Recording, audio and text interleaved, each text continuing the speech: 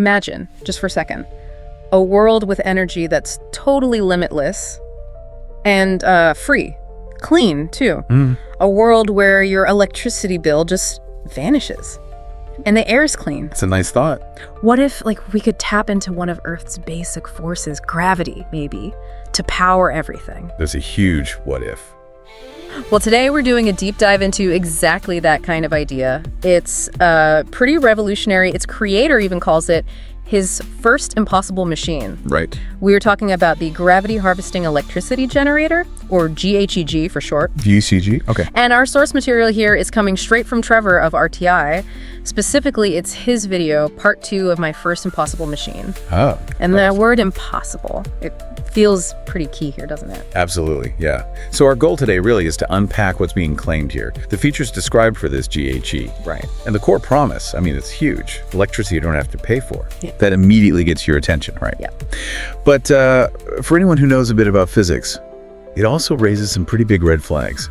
How could that possibly work? Especially when the inventor himself uses the word impossible. Exactly. He's sort of leaning into the mystery or maybe the contradiction with current science. So as we get into these, let's say, extraordinary claims, I really want you listening to think about what this would mean for your life, for the world, but also what does it mean for physics itself? Because if any of this is actually real, well, it changes the game completely. Fundamentally. Okay, so let's break it down then.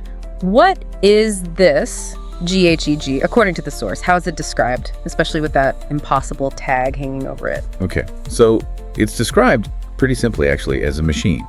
And this machine generates electricity only from Earth's gravity. Only gravity. That's the claim. No other energy source, no fuel you put in, nothing. Wow. And Trevor, the creator, he's really explicit. He calls it my first impossible machine, which tells you right away, okay, this thing is supposed to operate outside our standard rules. You know, conservation of energy and all that. The idea that energy can't just be created from nothing. Precisely. That's the big one it seems to challenge. So, okay, that's the claim. Electricity you don't pay for. From gravity. Available 247, 365 days a year, rain or shine. Anywhere on Earth. It's incredibly bold. For listeners thinking about, normal generators needing fuel or solar needing sun, how does the source explain generating energy without using anything up? Well, that's the interesting part. The source material doesn't actually lay out the specific engineering or the physics behind how it bypasses thermodynamics. Doesn't explain the how. Not really. It just states it harvests gravity. That's kind of it. And this lack of a mechanism, well, it's pretty common with concepts like this, these impossible machines. It means we kind of have to look at the claimed results, not the process. Okay. What about the machine itself? Physically, yeah, they give an estimate. For a household unit, say putting out 4.5 kilowatts, it'd be about the size of your fridge. Oh, okay. Manageable. Yeah, like 2.5 feet wide, 3 feet long, maybe 8 feet tall at the highest point. It's designed as a self-contained thing. And these are coming soon? Is that what the source says? Yeah. With pre-orders? That's the message, yeah. Coming soon. Official website for pre-orders when it's closer. Right. It's a big promise for something that, seems to defy known physics. It is. So given these really fundamental claims, how is this GHEG supposed to actually work in practice? How would it fit into our lives? Well, one interesting aspect is the scalability they describe. Scalability? Yeah, it says they'd start with units for homes, small businesses, but then later bigger versions for large businesses, industry.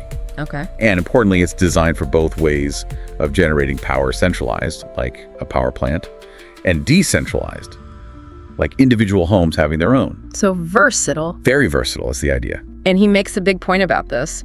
There is no peripheral or external supporting structure. Right. So you're not seeing giant wind blades or fields of solar panels or deep geothermal pipes, just the box. Just the box. That's the description. An enclosed unit. Given the power it's supposed to put out, what does that imply about what's inside the box? If it's all self-contained. Well, that's the million-dollar question, isn't it? Oh. Or maybe trillion-dollar. Yeah. It's described as enclosed, no ins or outs, except for the power cables carrying the electricity away. Okay. It apparently consumes no product. But interestingly, it does output some noise and heat. So not perfectly silent or cold. Apparently not. which, might suggest some kind of internal process happening, even if it's not explained. But yeah, no external structure, significant power. It points to something totally novel inside. And easy to install. That's emphasized too. Easy installation, just needs standard power cable hookups, 2 or 3 wires. Right. And designed for indoor or outdoor use. So convenience seems key. And they mention cost, because free energy is great, but what about the machine itself? Good point. The source says that while it's technical, it's also simple in a way, which would allow it to be sold at a relatively low cost. To maximize its impact, presumably on climate change. That seems to be the reason given, yes. Make it accessible. Cool. That low cost and ease of use, that naturally makes you compare it. How does this stack up against energy we use now, especially renewables? The comparison. Well, this is where the claims get even more extraordinary. How so? The source is aiming to completely dominate the energy sector. That's the vision presented. It's a vision that, again, would rewrite energy production globally, made even bolder by the lack of a how. And the source contrasts it with current renewables, right? Pointing out their limitations. Exactly. It highlights how things like hydro, solar, wind, geothermal, they all depend on location. Right. You need sun or wind or a river. Precisely. Those energy sources aren't everywhere or aren't strong enough everywhere. Hydro is a good example. Needs rivers, lakes, vulnerable to drought, climate change, limited geography. So how does the GHEG, as described, get around that? This is its claimed killer app, so to speak. Gravity. Okay. Gravity is described as this invisible dynamic force that is abundant. It's everywhere, penetrates everything. You see it as weight. Sure, it's constant. And because gravity is everywhere, the GHEG unit could be placed basically any locations on Earth and function. So no location dependence. That's the big advantage. That's presented as the key differentiator, total universality. A direct answer to the limits of current renewables. And that ties into the 24/7 aspect too, I suppose. Absolutely. Yeah. Gravity doesn't stop. It's always there. Unlike wind that dies down or sun that gets blocked by clouds or just, nighttime. Right. No intermittency. Exactly. The GHEG would supposedly produce electricity through the day and night, and importantly, without needing big battery systems to smooth out the supply. Which is a huge cost and logistical challenge for current renewables. A massive challenge. Okay. So the GHEG claims to bypass that entirely. It simplifies everything if it works. So the ultimate vision here, what is it? The vision is, it's total replacement. GHEGs are presented as a true contender to not just compete with, but to completely replace nuclear and fossil fuel power over time. Wow.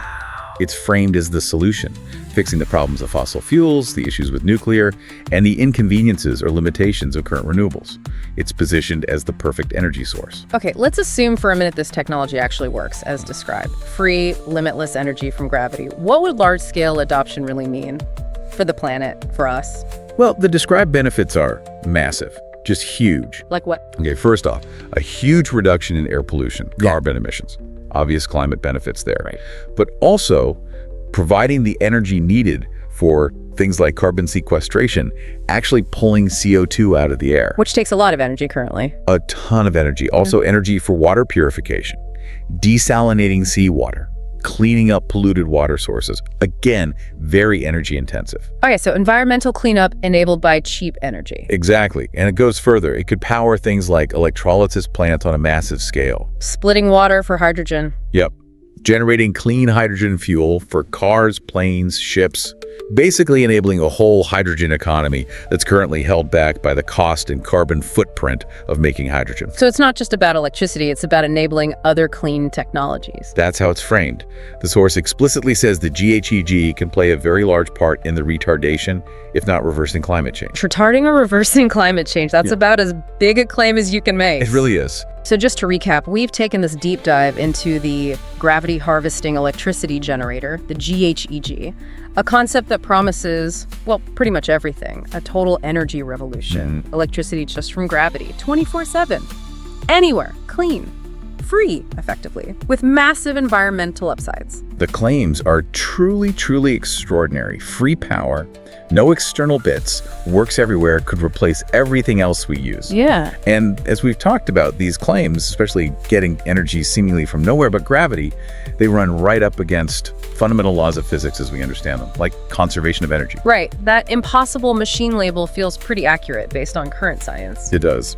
So as you're processing all this, think about it. If a machine like this really was coming soon, offering free electricity, solving climate change, what's the single biggest change you'd expect? In your life, or maybe in the wider world, the economy. Yeah, what's the first domino you think would fall? And maybe more fundamentally, given how much this challenges established science, what kind of proof would you need? What counts as extraordinary evidence for such an extraordinary claim?